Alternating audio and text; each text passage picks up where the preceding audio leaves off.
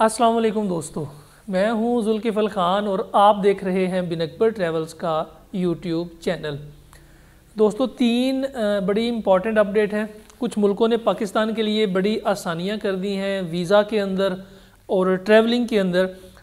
वो उन तीन कंट्रीज़ के बारे में आपको बताना है। और यूएई के हवाले से बड़ी अच्छी खबरें आ रही हैं कि यूएई में जो वीज़ा की प्रॉब्लम्स आ रही थी वो काफ़ी हद तक ख़त्म हो रही हैं।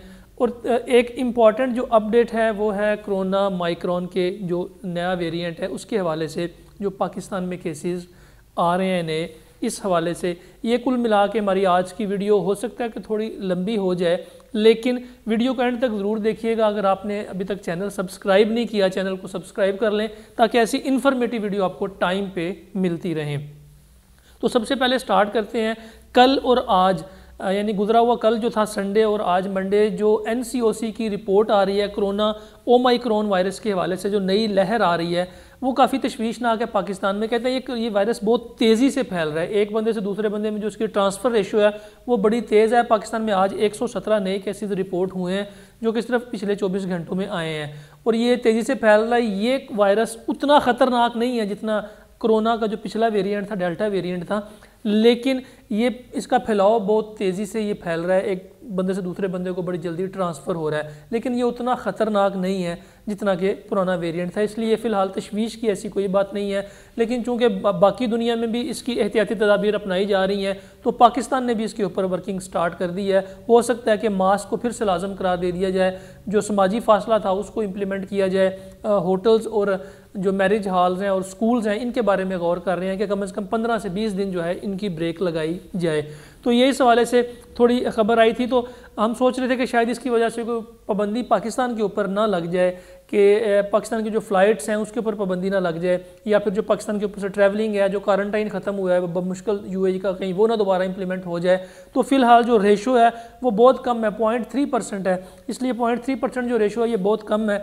अगर ये रेशो चली जाती है, ऊपर बढ़ती है 1.5%, 2% तक जाती है, 3% तक जाती है, तो फिर कोई ख़तरा होता है पाबंदी लगने का। फ़िलहाल ऐसा दूर दूर तक कोई चांस नज़र नहीं आ रहा। उसके बाद आते हैं जिन कंट्रीज़ ने पाकिस्तान के लिए आसानियाँ की हैं।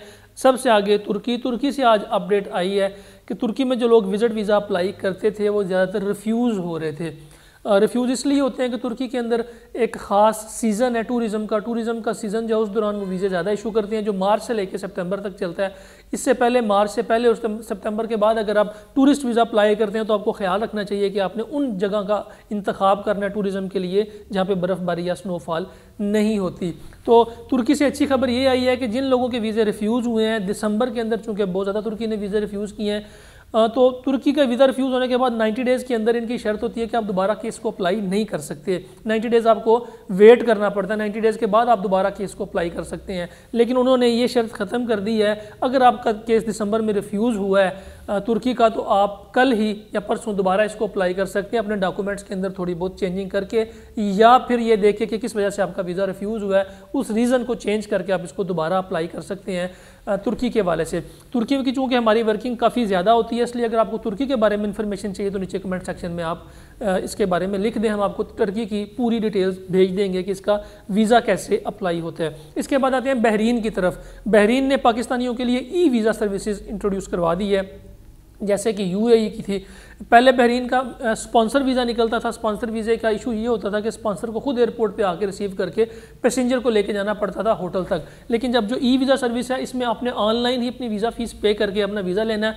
आपका स्पॉन्सर कोई नहीं होता, सिर्फ अपने वीज़ा टाइम के अंदर अंदर या एग्जिट करना है या अपना वीज़ा चेंज करवाना है। तो बहरीन ने पाकिस्तान के लिए 14 डेज़ का वीज़ा, 30 डेज़ का वीज़ा, 90 डेज़ की मल्टी एंट्री और 1 साल की मल्टी एंट्री इंट्रोड्यूस करवा दी है। डॉक्यूमेंट सेम वही हैं जो यूएई के साथ लगते हैं, कोई नई इसमें चेंजिंग नहीं है। सिर्फ इसमें जो एडिशन ये है कि जो यूएई की वीज़ा फ़ीस है वो थोड़ी कम है, इसकी थोड़ी ज़्यादा है, लेकिन आप बहरीन का भी ई वीज़ा ऑनलाइन अप्लाई कर सकते हैं। अगर आप खुद वीज़ा अप्लाई नहीं कर सकते तो किसी ट्रैवल एजेंट के थ्रू भी इसको अप्लाई करवा सकते हैं। जो लोग हमारी सर्विसेज लेना चाहते हैं वो नीचे कमेंट सेक्शन में रब्ता कर सकते हैं, या फिर हमारे इस मोबाइल नंबर पर आप लोग हमसे रब्ता कर सकते हैं। तीसरी इंपॉर्टेंट अपडेट थी ट्रैवलिंग के हवाले से। सियालकोट से दुबई PIA ने फ़्लाइट सर्विस का स्टार्ट कर दिया है जनवरी के अंदर। चूँकि सियालकोट से दुबई सिर्फ एमिरेट्स और फ्लाई दुबई जाती थी डायरेक्ट फ़्लाइट, बाकी शारजा PIA जा रही थी और एयर अरेबिया जा रही थी, लेकिन दुबई में चूँकि ट्रांसपोर्टेशन ज़्यादा है, पैसेंजर सर्विस ज़्यादा है, इसलिए दुबई के अंदर काफ़ी खला था। अभी PIA ने इस खला को पूरा करने की कोशिश की है। यहाँ से इंशाल्लाह दुबई, सियालकोट से दुबई PIA की डायरेक्ट सर्विस जो है उसका आगाज़ कर दिया गया है। कुछ ममालिक ने पाकिस्तान के ऊपर मज़ीद नरमियाँ की हैं, जैसे कि USA ने इंटरव्यू की शर्त ख़त्म की है, UK ने NTN की शर्त ख़त्म की है। इसी तरह काफ़ी सारी कंट्रीज़ जो है वो पाकिस्तान को देख रही हैं, क्योंकि पाकिस्तान में बेहतरी आ रही है। जो हमारा एक मसला था दहशतगर्दी का वो बहुत हद तक ख़त्म हो गया है। लॉ एंड ऑर्डर का जो इशू था वो भी काफ़ी हद तक बेहतर है।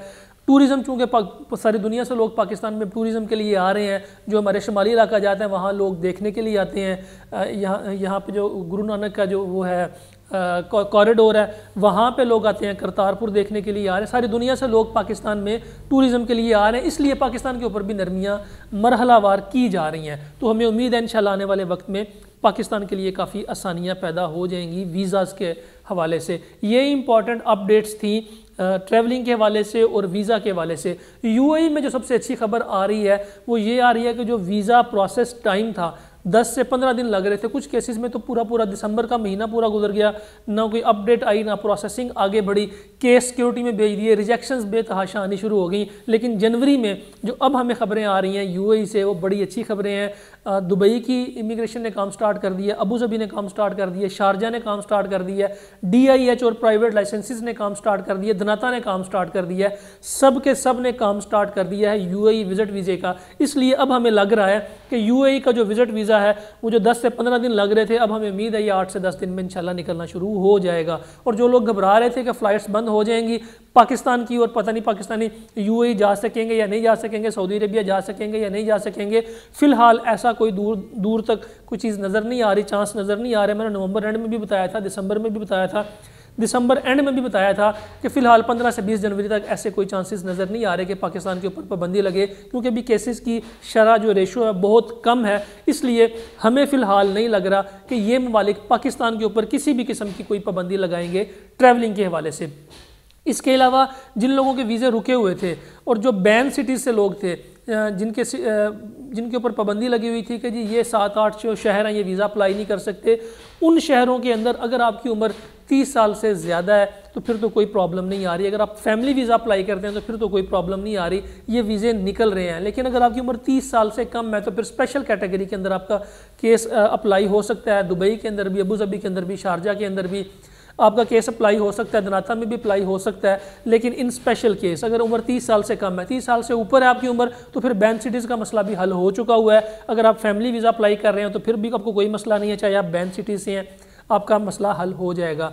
इसके अलावा बैन सिटीज़ का वर्क वीज़े की प्रॉब्लम आ रही थी UAE के अंदर। UAE में जो वर्क वीज़े की प्रॉब्लम पूरा दिसंबर चली है, शारजा ने विजिट टू वर्क बिल्कुल भी कन्वर्ट नहीं किया, दुबई में विजिट टू वर्क कन्वर्ट नहीं हुए, लोगों के वीज़े डिले होते गए हैं। लेकिन अब जनवरी में ये काम भी स्टार्ट हो गया, विजिट टू वर्क कन्वर्ट होना शुरू हो गए हैं, लोगों के वीज़े निकल रहे हैं और कंपनीज डायरेक्ट वीज़ा पाकिस्तान में भी निकाल के भेजना शुरू कर दिया है। एम्प्लॉयमेंट वीज़े डायरेक्ट पाकिस्तान के लिए भी निकलते आ रहे हैं। इनकी जो भी रेशो है वो तकरीबन 40 to 50% हो गई है।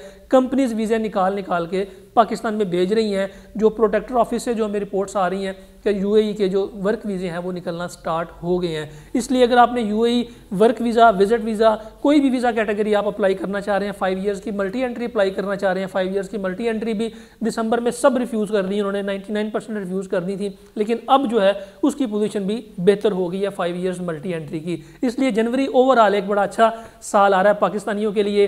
अगर आप किसी भी कंट्री का वीज़ा अप्लाई करना चाहते हैं नीचे कमेंट सेक्शन में लिख दीजिएगा, हम आपको उसके बारे में इंशाल्लाह डिटेल्स दे देंगे, या कॉल भी कर सकते हैं, व्हाट्सएप पे भी रब्ता कर सकते हैं हमारे साथ। अपना और अपने साथ रहने वालों का खास ख्याल रखिएगा, अपने इस चैनल का भी। मुझे दें इजाज़त, अल्लाह हाफिज़।